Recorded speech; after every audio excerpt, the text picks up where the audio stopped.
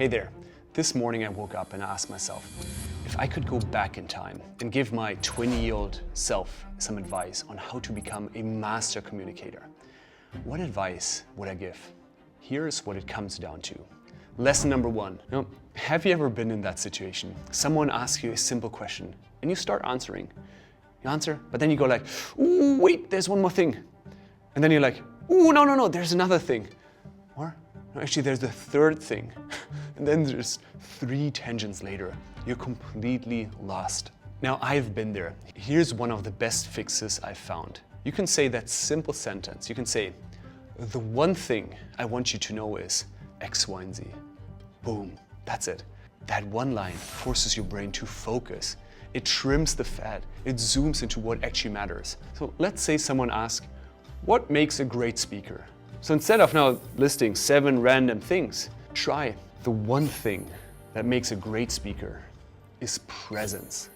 If you're fully here with your audience, everything else falls into place. Now that is a simple shift, but it has a gigantic impact. Great communication isn't about saying everything. It's about saying the right thing. Lesson number 2. A few weeks ago, I grabbed coffee with a former colleague.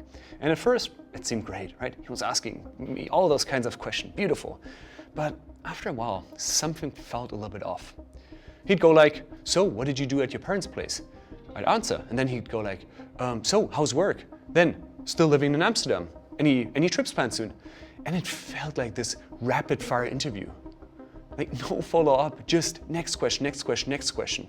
After 5 minutes, I thought, fuck this, right? He doesn't really care about me. And here's the wild part. He probably thought that he was a great listener. So don't do this. Instead, ask clarifying questions to go deeper. So the next time someone shares something, pause, and then you say, wait, what was that like for you? Or, no, that sounds intense. Like, tell me what happened. Or, how did you feel in that moment when that happened? That's how you make people feel seen and not just scanned. Lesson number 3. Now, most of us, we live pretty hectic lives, right? Back-to-back meetings, rushing from the one thing to the next thing, and you leave one conversation and you immediately jump into the next one. But hey, your brain is often still stuck in that last one. You're still thinking about that previous person. You're like, what did he say? Or you're thinking about, that last slide was really interesting. And that's a problem, because you're not there fully present. The most powerful skill in communication is presence. How fully are you in the room with the person in front of you? Not just hearing them, but really being there with them, with your whole body and mind. So how can you practice that? What I do every single time before any conversation is I ground myself. Before that conversation, I just notice my feet on the ground. I imagine roots coming through the floor. And I just stick to that feeling for like 30 seconds. And then the moment I start that conversation, boom, I'm there with them, fully present. Lesson number 4. 2 weeks ago, I gave a storytelling workshop. And at this one point, this guy stands up and he starts to share the story. And he says something like, I was responsible to optimize the distribution between the supply chain of 2 manufacturing facilities in the Pacific Northeast. And I'm just sitting there like, dude, what are you talking about? Here's the funny thing, 5 minutes earlier, he had just sounded normal. But now he sounded like this corporate robot. This happens all the time. We talk like normal people until we then speak in front of a group. And then suddenly we think that we need to sound professional or very intelligent. But here's the truth. Professional doesn't mean complicated. Trying to sound smart just makes you harder to understand. And if people don't get you, well, your message dies. So here's the fix. Speak so that a 5th grader would understand you. Not because your audience is dumb, but because they're busy, they're distracted, they are tired. For example, I use a free tool called Hemingway app to check the grade level of all my writing and speaking. And if it says grade 9, well, way too complex. If it says grade 4 or 5, well, now we're talking. Some of my best pieces of content, it's grade level 2. Clarity sticks. Lesson number 5. Now that Stanford experiment will change the way you speak forever. In one of his classes, Professor Chip Heath gave his students a simple task. He said, I want you to give a 1-minute speech about nonviolent crimes in the US. And so the students got up, one by one, delivering their speech. But the rest of the class, well, they listened carefully, took some notes because they were asked to rate them on how persuasive the speeches were. That was the task. But a few minutes later, the professor, Chapith, he stopped everything and he said, well, I want you now to write down every single thing you remember from those speeches. And immediately the students got out their pen and paper and they started scribbling down everything that they remembered. Only 5% remembered a stat or fact. And that, hey, in the class of Stanford, right? Some of the most intelligent people on this planet. But here comes the interesting part. 63% remembered a story. Now let that sink in. If you want your message to be remembered, wrap it into a story. Don't just say, oh, our customer loves us. Tell us a story about how you helped a specific customer overcome that specific problem. Or for example, don't just say, oh, moving to Europe changed my life. Instead, take us into this one moment where you realized that this really changed your life. Lesson number 6, just rehearse in front of the mirror. Honestly, that might be one of the worst communication advices out there. Now think about it. When are you ever giving a talk while staring at yourself? Exactly, never. Well, unless you're giving a TED Talk in your bathroom, which seems unlikely. But here's what actually happens. When you rehearse in front of the mirror, you stop focusing on your message and you start obsessing over your face, right? You're like, wait a second, has my nose always looked like that? Or, wait a second, what is that pimple here? Or is that just bad lighting? Now you're not rehearsing, you're judging. So stop practicing in front of the mirror. So instead rehearse in your room, speaking out loud. Lesson number 7. I used to get so jealous of the people who always had the perfect answer. You ask them a really tough question and then boom, just calm, confident and clear. Back then I just thought those people were much smarter than me. But then I learned their secret. They're not smarter. The best communicators, they use frameworks to articulate their thoughts. They have like little mental cheat codes that make them sound sharp even under pressure. Let me show you the one that I use the most. It's called PREP or PREP. Point, reason, example, and point again. Let's say someone asks, should pineapple be on pizza? You can then respond with the PREP framework. You say, yeah, pineapple belongs on pizza because it's delicious and it adds contrast. I actually went to a party 2 weeks back and the pineapple on that pizza was actually gone within a second. So yeah, pineapple should be on pizza. When you do that, you sound more thoughtful, more structured. So practice those types of frameworks. Maybe PREP, maybe a framework like problem solution or past, present, future. Any framework. The key is to practice them so that you're ready to use them when it matters. Lesson number 8. Now imagine this, you're about to go on stage, or you're about to go into that interview, or you're about to record a video, and you want to look at your absolute best. So you still try to fix your hair, right? But there is no mirror. So you just guess. You push some random strands around, well, easy for me to say, right? I don't have hair. And you hope for the best. Sounds ridiculous, right? But that's exactly what most people do with their communication. They have actually no idea how they come across. They don't hear their tone, they don't notice themselves fidgeting, and they don't realize how long they ramble on. And that is such a missed opportunity. If you want to become the best communicator out there, fast, record yourself on camera. Now sure, start small, right? 60 seconds, and then just talk about something simple.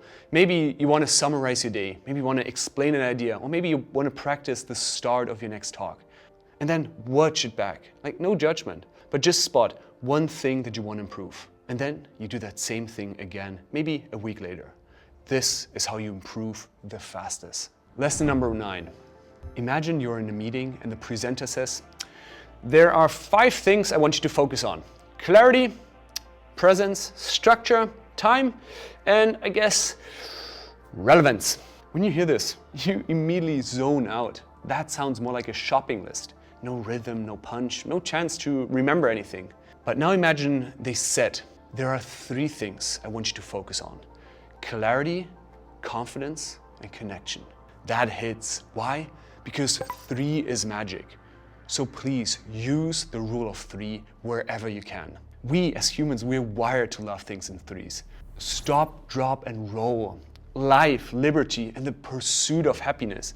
eat, pray, and love. 1 feels incomplete. 2, still forgettable. But 3, that's just right. Lesson number 10. In my early days, every presentation felt like this performance. Lines memorized, voice polished, perfect posture. But here's the problem. The more perfect I tried to sound, the more robotic I came across. Now that only changed once a mentor gave me a powerful tip. He said, talk like you're chatting with your best friend. And that changed everything for me. So when you're sitting across from your best friend, you usually don't use jargon, right? You just speak normal. You're not trying to look super cool. You don't rush through. You take a breath if you want to.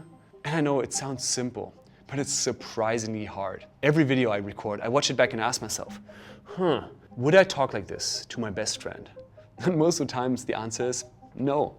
And then I redo it again until it feels okay. Lesson number 11. Now, most people don't sound insecure because of what they say. They sound insecure because of how they say it. Too quiet, too hesitant, like they're afraid to disturb anyone. And I get it, you don't want to come across as this overly loud or overly weird. But here's the truth. People who speak louder are seen as more confident. Do you want an instant hack to sound more confident? Well then, speak 20% louder than normal. Yeah, and I know it feels awkward at first. You'll think like, ooh, I think I'm yelling here, this is so awkward. But to others, it sounds like you believe in what you're saying. So try this. Grab a book and then read one of the paragraphs, just normal. But then the next time, read it again, but this time 20% louder. Train your voice to be okay with speaking a little bit louder. And lesson number 12. Last year, I went on a date here in Amsterdam with this super cute girl. And I was excited, right? Ooh, might she be the one? But within an hour, I left. And why is that?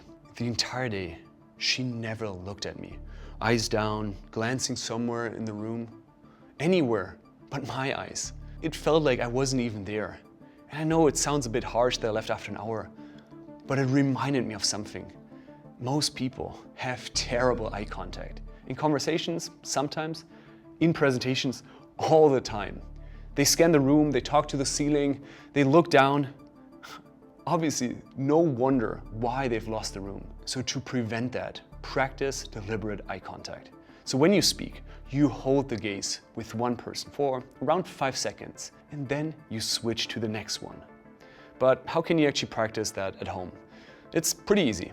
Talk to your furniture. So your coffee mug might be one person, then your lamp might be another one, then the book might be a third person. And so when you give that speech, just move from one object to the other, keep your glance for a few seconds before then moving to the next one. Yes, it is a little bit awkward, but it helps you have this deliberate eye contact. Lesson number 13. For my second book, I interviewed 34 professional speakers and I asked them one question. How do you prepare for your presentation? Now, 3 out of 4 people said the same thing. They said, I focus on my audience.